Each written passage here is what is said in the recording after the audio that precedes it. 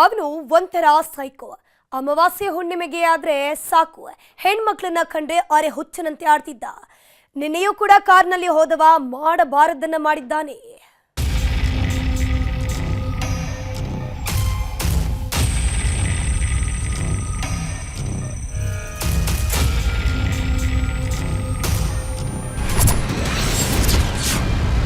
ಅಮಾವಾಸ್ಯೆ ಹುಣ್ಣಿಮೆಗೆ ಆಗ್ತಿದ್ದಂತೆ ಅರೆ ಹುಚ್ಚ.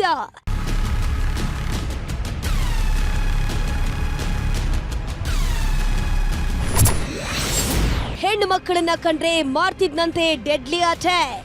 ಶಿವ ಶಿವ, ಜಗತ್ತಲ್ಲಿ ಎಂತೆಂತಹ ಜನ ಇರ್ತಾರ ನೋಡಿ.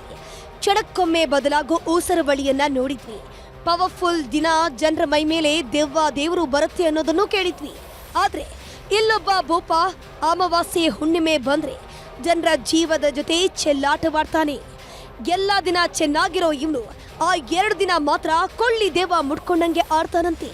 ಅದ್ರಲ್ಲೂ ದಾರಿಲಿ ಓಡಾಡೋ ಆಂಟಿಯರನ್ನ ಕಂಡ್ರೆ ತಲೆ ಕೆಟ್ಟೋರಂತೆ ಕುಣಿದಾಡ್ತಾನಂತೆ.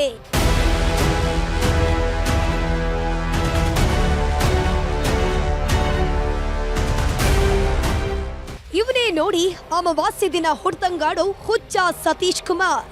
ಮಂಗಳೂರಿನ ವಿಜಯ್ ಕಾಪಿಕಾಡಿನ ನಿವಾಸಿ. ಹೇಳ್ಕೊಳ್ಳೋಕೆ BSNL ಉದ್ಯೋಗಿ. ಮಾಡೋದು ಮಾತ್ರ ಅಡ್ನಾಡಿ ಕೆಲಸ. ಈತನಿಗೆ ನೆರೆಮನೆ ಮುರಳಿ ಪ್ರಸಾದ್ ಕಂಡ್ರೆ ಒಂಥರ ಉರಿ. ದಿನ ಬೆಳಗಾದ್ರೆ ಪ್ರಸಾದ್ ಜೊತೆ ಕಿರಿಕ್ ಮಾಡ್ತಿದ್ದಂತೆ. ನಿನ್ನೆ ಪ್ರಸಾದ್ ಬೈಕ್ನಲ್ಲಿ ಕೆಲಸಕ್ಕೆ ಹೋಗ್ತಿರಬೇಕಾದ್ರೆ ಕಾರಲ್ಲಿ ವೇಗವಾಗಿ ಬಂದು ಬೈಕ್ಗೆ ಡಿಕ್ಕಿ ಹೊಡೆದಿದ್ದಾನೆ.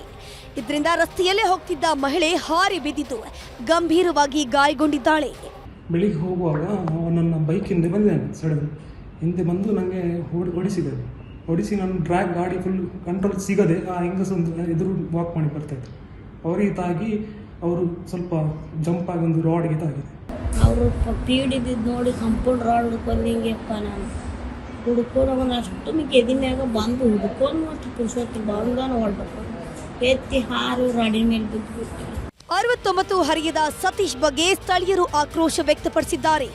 ಅಮಾವಾಸ್ಯೆ ಹುಣ್ಣಿಮೆ ಬಂದ್ರೆ ಹುಚ್ಚನಂತೆ ವರ್ತಿಸ್ತಾನೆ ಅಂತ ಕಿಡಿಕಾರಿದ್ರು. ಗ್ರಿಲ್ಲಿಗೆ ಈ ಕ್ರಾಶ್ ಆದ ನಂತರ ಆಲ್ಮೋಸ್ಟ್ ಹ್ಯಾಂಗ್ ಆಗಿದ್ರು. ಇವರು ಸ್ವಲ್ಪ ಮೆಂಟಲಿ ಡಿಸ್ಟರ್ಬ್ಡ್ ಆಗಿ ಇದ್ದರು. ಅದು ಪರ್ಟಿಕ್ಯುಲರ್ ಸರ್ಟನ್ ಈ ಹುಣ್ಣಿಮೆ ಅಮಾವಾಸ್ಯೆ ಅಂತ ಹೇಳ್ತಾರಲ್ಲ, ಆ ಟೈಮಲ್ಲಿ 2 ದಿವಸ ಎಲ್ಲ ಬೊಬ್ಬೆ ಹಾಕಿದ್ರು.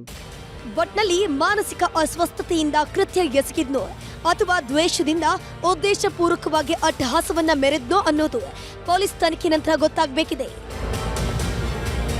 ಕ್ಯಾಮರಾಮನ್ ನಿಖಿಲ್ ಸುವರ್ಣ ಜೊತೆ ಕಿಶನ್ ಶೆಟ್ಟಿ, ನ್ಯೂಸ್ 18 ಮಂಗಳೂರು.